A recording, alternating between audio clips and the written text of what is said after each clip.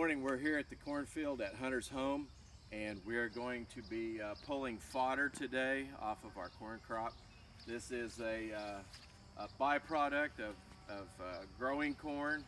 This is a very traditional thing that we see that's done throughout the Ozarks in northwest Arkansas and into Cherokee Nation over here. And so we're going to demonstrate today how to pull fodder. So there are several ways that we can tell that our fodder is ready to pull. Like any other grass, corn is teosinte.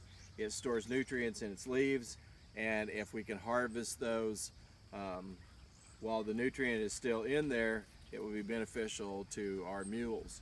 So the first way that we can tell is that the bottom 3 or 4 leaves start to die off. So you can see here we have leaves that are dying off. That lets us know. You can tell that it's also starting to die off up into the upper leaves, and we would like to go ahead and get those off of there before we lose any more nutrient out of there.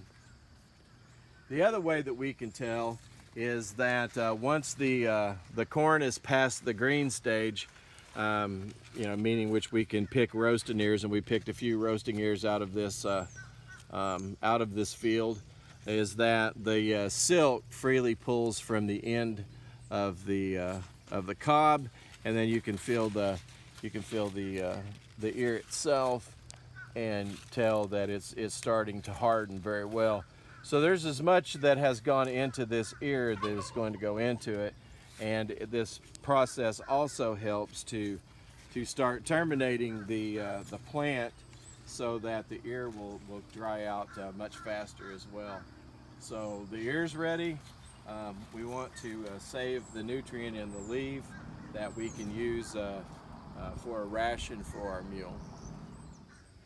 So the process of pulling fodder is relatively very simple. We start down at the bottom of the stalk. We pull in a downward direction. As you can see, the leaf comes free of the stalk. We gather them. We're going to gather them up with the part that's against the stalk all together. So we don't want the tail ends with the tip ends. We want to keep them all separate. These we are going to save. We won't pull those off if there's still a little bit of strength to them. We may use them as a binder in the end, but I'm going to continue to pull a few of these off of here and watch the process. So when we get up here around the cob, we don't want to break the stalk off there. We want to make sure that we pull that off of there, but we leave the cob still attached to the stalk, or the ear still attached to the stalk, excuse me. And because we want it to continue to cure and mature out here in the field. And later,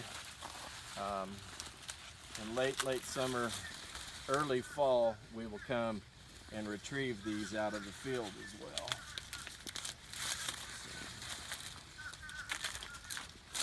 So we're shooting for a bundle size to being 2 handfuls. So you can see I have about 1 handful here. I'm going to continue to collect and get 2, and then I will show how these are bound together. So basically, when we bind these, all we're doing is taking one of the leaves, and we just simply wrap it around, and then we will tuck it back up underneath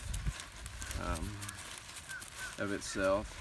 And if we have enough of that tail on there and it's still strong enough, you can wrap it a couple of times. It helps it to stay together as we move it from here to the barn. So there is 1 bundle of corn fodder.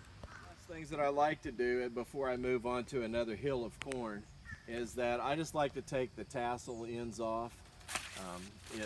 They're far up there to begin with, so it's kind of hard to reach those last few pieces on there, but it also helps to start terminating that stalk. So I am now ready to move to another hill, although we'll go around to the other side and we'll demonstrate how we hang these bundles to dry.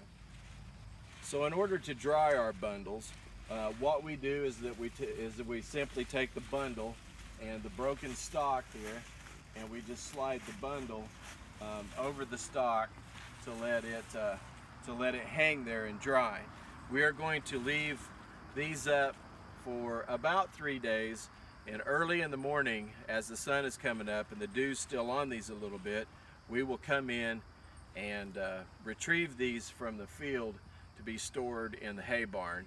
The reason that we want to handle these early in the morning with a little bit of dew left on them is that that will kind of help them from becoming too brittle, and they won't break while we're handling them.